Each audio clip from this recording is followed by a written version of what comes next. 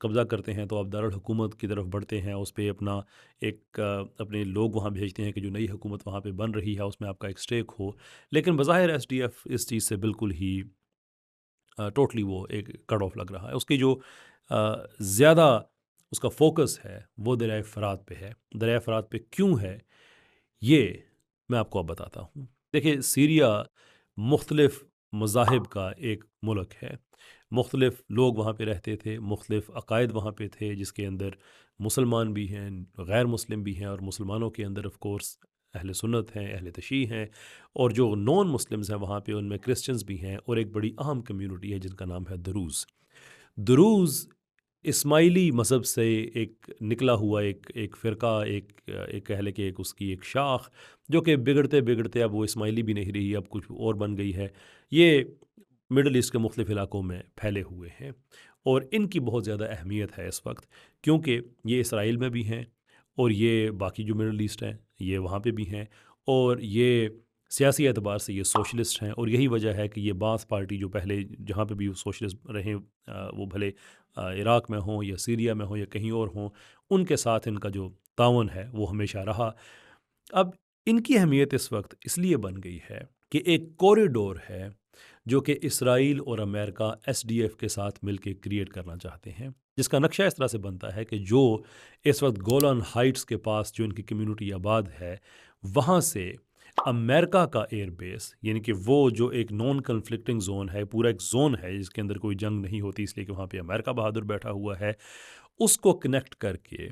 اس کے بعد S D F کی جو اس وقت علاقے جو قبضے میں ہیں، اس کوریڈور کو اس کے ساتھ جوڑا جائے جو دریائے فرات کے ساتھ ساتھ ہیں، اور پھر وہاں سے سیریا کے شمال میں جا کے کردستان کا وہ حصہ جو عراق کے اندر ہے اس کو اس کے ساتھ جوڑ دیا جائے۔ یہ بساط پہ جو اس وقت بس وہاں پہ ایک خون اور سیاست کی بساط چل رہی ہے، یہ وہ موو ہے کہ جو شاید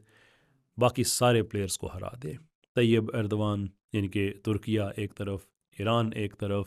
اور رشیا ایک طرف، اسرائیل، امریکہ، یہ سب اس وقت یہ شطرنج کھیل رہے ہیں، لیکن یہ ایک بہت ہی کرٹیکل موو ہوگی، اور اسرائیل اس منصوبے پہ کام کر رہا ہے۔ وہ کیوں کر رہا ہے؟ اس لیے کہ اگر یہ سارا ایریا اگر دروز کمیونٹی سے لے کر، یعنی کہ وہاں پہ اگر ان کا ایک علیحدہ سے لوکیلٹی، ان کے علیحدہ سے ایک ملک یا ایک ذیلی حکومت ان کی بنانے کی اگر کوشش کی جاتی ہے، اور وہ پھر ایس ڈی ایف کے جو زیر تسلط علاقے ہیں اس کے ساتھ کوریڈور مل جاتا ہے امریکن ایئر بیس کے ساتھ، تو پھر یہ ہوگا کہ امریکہ کے لیے بڑا آسان ہو جائے گا یہ کہنا کہ کردستان کو اپنی حکومت چاہیے، ان کو اپنا علاقہ چاہیے۔ اب کردستان جو ہے یہ مشرق وسطیٰ کے 4 ممالک کے اندر تقسیم ہے: شام، ترکیہ، عراق اور ایران۔ یہ جو عراق کے علاقے میں جو جا سکتے ہیں یہ ایس ڈی ایف کے جو زیر تسلط علاقے ہیں اس کی وجہ سے، تو یہ وہ علاقہ ہے جو بالکل ایران کے بارڈر پہ آتا ہے۔ اب اگر وہاں پہ یعنی کہ اس علاقے میں اور سیریا کے علاقے میں اگر کردستان کے ملک کی ایک بات شروع ہو جاتی ہے کہ ہمیں واقعی اب اپنا ملک چاہیے، جو بہت عرصے سے وہ چاہ بھی رہے ہیں، تو اس کا پھر ایفیکٹ یہ ہوگا کہ ایران کے اندر جو کرد آباد ہیں اس مہم میں ان کا بھی شامل ہونے کا پورا چانس ہے، اور جو ٹرکی کے اندر ہیں ان کا بھی اتنا ہی موقع ہے، اس لیے کہ کردستان سب کا متحدہ ہوگا۔ اس طرح سے سول وارز ایران اور ترکیہ کے اندر نہ صرف سٹارٹ ہو سکتی ہیں بلکہ انٹینسیفائی ہو سکتی ہیں، یعنی کہ مشرق وسطیٰ میں جو لڑائی غزہ سے سٹارٹ ہوئی تھی وہ اب پھیلتے پھیلتے پھیلتے پھیلتے اب دنیا کے کئی ملک اس کی لپیٹ میں آنے کے بالکل اس کے دھانے پہ ہیں، اور اگر یہ کوریڈور بن جاتا ہے تو پھر شاید کوئی معجزہ ہو جائے، ایسا تو ہو جائے کہ سارے مسلمان ملک آپس میں اکٹھے ہو جائیں کہ اب ہم کو ختم کرنا ہے، لیکن اگر اکٹھے نہیں ہوتے اور اس مسئلے کو ختم نہیں کرتے تو پھر بظاہر یہ لگ رہا ہے کہ ایران کی طرف بھی ایک سول وار آ سکتی ہے، اور ترکیہ کے اندر بھی ایک سول وار آ سکتی ہے۔ اگر ایران کے اندر سول وار آتی ہے تو حاکم بدہن یہ مسئلہ پاکستان کے اندر بھی آ سکتا ہے، کیونکہ عام طور پہ یہ ہوتا ہے کہ جب کسی ایک ملک کے اندر سول وار آتی ہے کسی ایک گروپ کی طرف، تو جو دوسرے گروپ ہیں وہ بھی اٹھ کھڑے ہوتے ہیں۔ تو ایران کے اندر جو بلوچستان ہے مثال کے طور پہ، اگر وہ اپنے رائٹس کلیم کرنے کے لیے کھڑا ہو جاتا ہے، یا اگر وہاں پہ بھی کوئی اس طرح کی شرارت سٹارٹ ہو جاتی ہے، تو اس کے بعد پھر جو پاکستان میں بی ایل اے وغیرہ یعنی آپ یہ نقشہ اپنے ذہن میں آپ بنا سکتے ہیں کہ یہ کتنا فار ریچنگ ہو سکتا ہے. خدا نہ کرے کہ بات وہاں تک جائے، لیکن فور ناؤ ہم دوبارہ اگر مشرق وسطیٰ کی طرف جائیں تو جو وہاں پہ سچویشن بن رہی ہے وہ میں نے آپ کے سامنے رکھی. اس کے ساتھ ساتھ ایک اہم سوال کہ اگر اسرائیل یہ سارا کام کرنا چاہتا ہے تو پھر وہ بے دردی کے ساتھ پے در پہ حملے کیوں کر رہا ہے، اور اس میں ایچ ٹی ایس والے کیوں اتنے خاموش ہیں، الجولانی کی طرف سے کیوں اتنی خاموشی ہے. Honestly speaking we don't know کہ کیوں اتنی خاموشی ہے. ہاں کبھی کبھی کوئی بیان ایسا آ جاتا ہے، لیکن فی الحال امریکہ کی جو پشت پناہی ایچ ٹی ایس کو ہے وہ بھی کوئی ڈھکی چھپی نہیں ہے. سی این این پہ انٹرویو کا ہونا بڑا پاورفل سمبولک جیسچر ہے، and at the same time ان کا اس معاملے میں بس کھل کے نہ بولنا یہ بھی کوئی اتنی یعنی کہ غیر معمولی بات ہے، اس کو معمولی نہیں سمجھا جانا چاہیے. تو اسرائیل جو ایسا کر رہا ہے وہ اس لیے کر رہا ہے کہ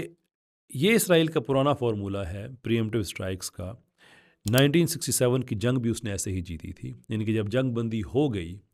اور سارے عرب ملک جو ہیں وہ اپنی جگہ پہ چلے گئے، تو جنگ بندی کے دوران اسرائیل نے جو ملٹری بیسز تھی، جو لانچ پیڈز تھے مصر کے اور آگے پیچھے مڈل ایسٹ کے جو ملک تھے وہ تباہ کر دیے جنگ بندی کے دوران،